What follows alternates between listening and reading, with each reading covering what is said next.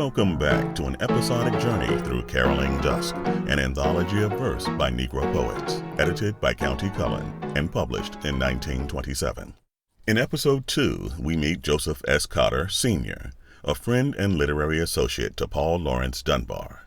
Like Dunbar, Cotter was a poet, writer, and playwright. Cotter was born in Louisville, Kentucky on February 2, 1861, and died March 14, 1949.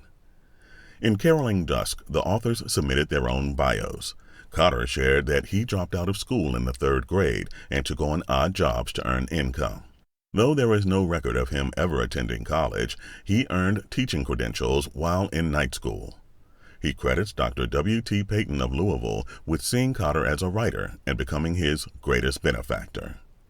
Cotter states that his talent comes from his mother, whom he describes as a poet, storyteller, dramatist, and musician. Cotter and Dunbar found inspiration in each other. Cotter would establish and name a Louisville school after Dunbar in 1893. Then, in December of 1894, Dunbar traveled to Kentucky to meet Cotter.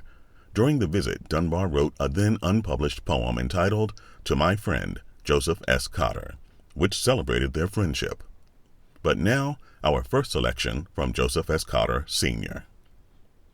The Tragedy of Pete. There was a man whose name was Pete, and he was a buck from his head to his feet.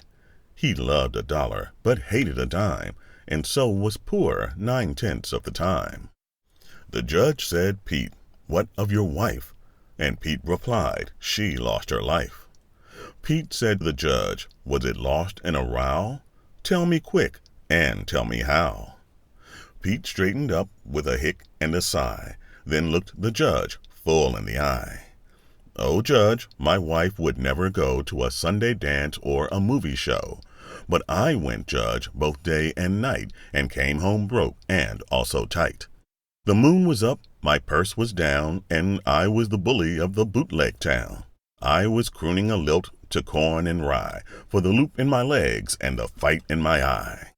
I met my wife, she was wearing a frown, and catechizing her Sunday gown. Oh, Pete, she cried aloud, the devil is falling right out of the cloud. I looked straight up and fell flat down, and a Ford machine pinned my head to the ground. The Ford moved on, and my wife was in it, and I was sober that very minute.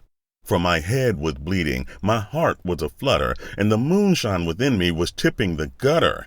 The Ford, it faster and faster sped, till it dipped and swerved, and my wife was dead. 2 bruised men lay in a hospital ward, one seeking vengeance, the other the Lord. He said to me, your wife was drunk. You are crazy, and my Ford is junk. I raised my knife and drove it in at the top of his head and the point of his chin. Oh, Judge, if the state has a chair, please bind me in it and roast me there. There was a man whose name was Pete, and he welcomed death from his head to his feet.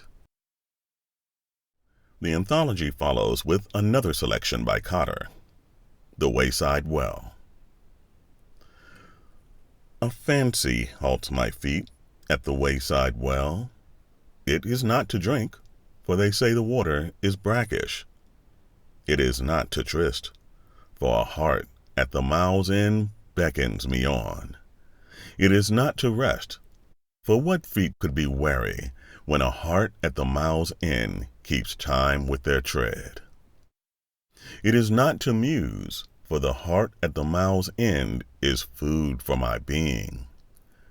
I will question the well for my secret by dropping a pebble into it. Ah, it is dry. Strike lightning to the road, my feet, for hearts are like wells. You may not know they are dry till you question their depths. Fancies clog the way to heaven, and saints miss their crown.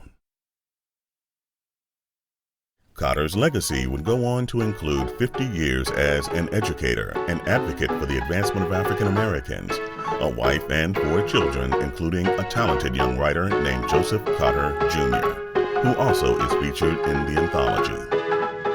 Join us next time as we continue our journey through caroling Dusk. This has been a 4th Creative Flow production, narrated by Ronald Clarkson.